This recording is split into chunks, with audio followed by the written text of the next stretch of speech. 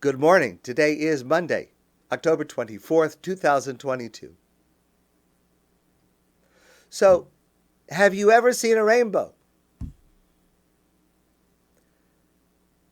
And how did you feel when you saw a rainbow? Is there any more beautiful sight in the natural world than a rainbow? It's just breathtaking. Now, I understand that a rainbow is a natural phenomenon. It's the prism effect of water droplets in the air after rain. But for us as Jews, a rainbow is also something that is much deeper and much more spiritual. Because when we see a rainbow, it is something that is so special, we make a Brachah, we say a blessing. And the blessing goes like this: Baruch atah Hashem, blessed are you, God, Elokeinu melech olam, our God and the God of our ancestors. Zocher habris, you, God, remember your promise. V'ne'eman bibriso, and you are trustworthy to keep your promise. V'kayim b'mamaro, and you keep your word. You fulfill your word, your promises. And that refers to a Parsha in our Torah portion this week, the Parsha of Noach. After the flood that destroys the entire world, God says as follows: Vayomer Hashem el libo, God says to himself, Lo osif lekalel od es ho'adama, I will never again curse the entire earth, bavur ha'adam, because of the sins of man. Ki yetzer lev ha'adam ra min urav, because the inclination of human beings is not always so perfect. I recognize that I created human beings who are imperfect. And I accept that human beings are imperfect and they will make mistakes. Made mistakes in the future, and will make mistakes in the have made mistakes in the past, and will make mistakes in the future. Now, certainly, God does bring about localized flooding that can be very, very devastating, but not global. And notice, by the way, that God's promise is very limited. You have to read the fine print. God promises that he will never destroy the entire earth by flood. God could destroy part of the earth by flood, and God could theoretically destroy the whole earth by some other means, but God promises he will not destroy the entire earth by flood. Okay, listen, take whatever we can get. And then the Torah continues. Vayomer Elokim leNoach, God says to Noah after the flood, Vakimosi es brisi yitchem, I am making a promise to you, God says to Noah. V'lo yikares kol basar od mimei hanabul, I will never again destroy the entire world through flood. V'lo yiyeh od mabul l'shaches haaretz, there will never again be a flood that will destroy the entire earth.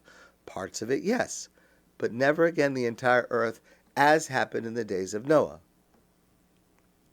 Vayomer Elokim, and God says, Zos os habris, this is the sign of my promise, asher ani nosem beini u'beinechem, the promise that I'm making between myself and between you and your descendants, as kashti nasati ba'anan, I will place a rainbow in the sky.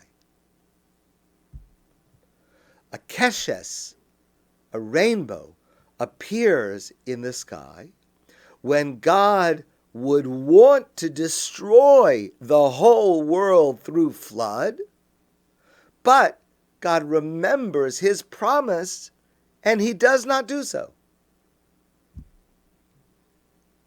And that explains the text of the Brachah, the blessing, that our sages ordain that we say when we see a rainbow, that we say about God, blessed are you, God, Zocher habris, you remember your promise.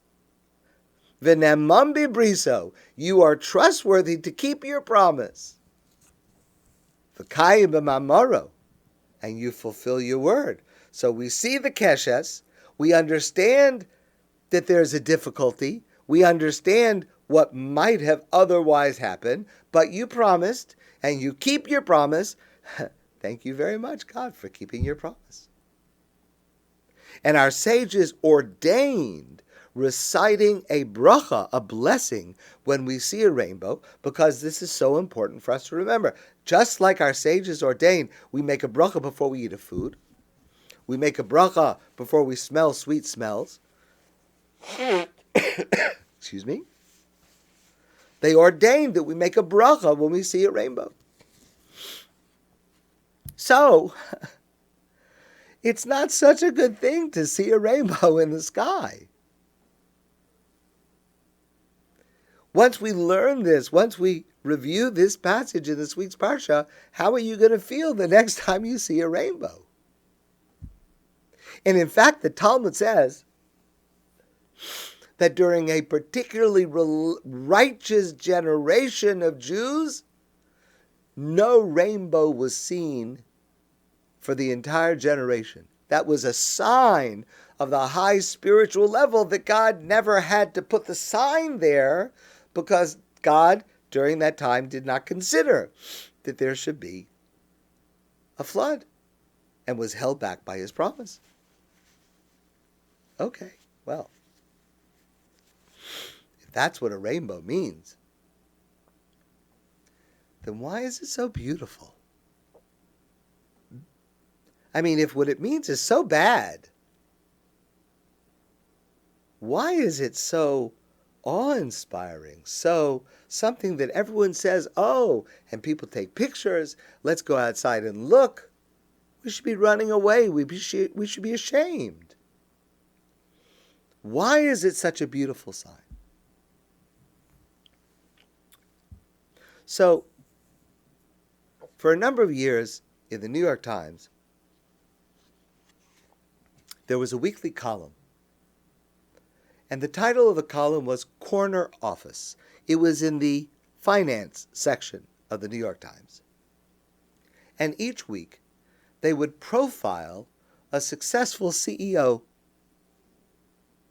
his management style, lessons to learn from her leadership. I found it very, very interesting, although I'm not connected to any of the businesses that were covered. But some of the most important lessons in life come from business, come from economics. And one week, a number of years ago, they interviewed a man, Dan Schneider. Dan Schneider was the CEO of SIB Development and Consulting. I confess, I have never heard of him. I've never heard of his company.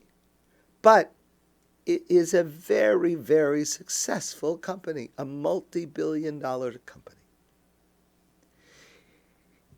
And he talks about his history of leadership in business. He started a company. It rose to $35 million in revenue. He sold it, started another company with 25 employees. It immediately had $6 million in revenue, and it was growing. Okay, very interesting. So they asked the question that they ask of all of these people: how has your management style changed over the years? What have you learned about how you do business and run your company? So listen to what he says. He says, in the beginning, my first business, I would scream, I would yell, I would throw things when I got upset. If my workers did something wrong, they made a mistake, I was hot-headed. It was stressful. I was the stereotypical lunatic CEO. And that's just the way it was. And then I started my new company, and I started to handle things differently. I don't get upset, he says. Pretty amazing. I don't yell anymore because it accomplishes nothing. What made you realize this? So here's the story that I want to tell you. We had an employee, he tells, who was working on a project for a Fortune 500 company, a major project. He'd been working on it for a month, compiling data, and he didn't back up his hard drive. And it crashed. So there was a month's work of data, a month's worth of work, and it was lost. And it caused a tremendous amount of difficulty and loss, embarrassment to this company we were consulting for because we had lost everything. All the other employees who knew about this, they thought I was either going to fire him or kill him. And by the way, the problem that this executive had to deal with is not just this one employee, because other employees might forget to back up their data and cause similar problems. It happened to one particular person, but the potential problem applies to everybody. If you don't back up your data, you're in big trouble. So here's what he did. I said to this employee, you have got to go buy ice cream for everyone in the company, because we're going to have an ice cream party because of what you did. So, we're all sitting around eating ice cream, and everybody knows why we're eating ice cream, because this guy made a terrible mistake that cost the company lots of money, and every one of them potentially could do the same thing. And he said to himself that that message got through. And the people, the employees, they remembered that ice cream party. And they would say to themselves, oh yeah, we had an ice cream party last week. You know why? Because someone forgot to back up their data. So we better be careful to make sure that we back up our data and don't make a stupid mistake like that. And he said, we have not had to recover any more hard drives since that happened. When God is displeased, when God is disappointed, God sends us two messages, one wrapped in another. I am displeased. I am disappointed. And I will communicate this to you by showing you how important you are to me, how much I love you, God says. I will express my displeasure with ice cream, with the most beautiful sight in the natural world, the most beautiful sight that this world has to offer. That's the message of the rainbow. I'm disappointed, I'm upset, and I'm going to express it to you in a way that shows how much I love you, how much I care for you. That's an amazing way to convey such a message. The truth is, this applies in all kinds of relationships, especially the relationship between parents and children. One of the hardest jobs of a parent is to give guidance, discipline to a child, but with love, with ice cream. The truth is, many parents simply don't parent. No limits. Parents want to be their child's friend, never say no, everything is okay. And some parents discipline when they're angry,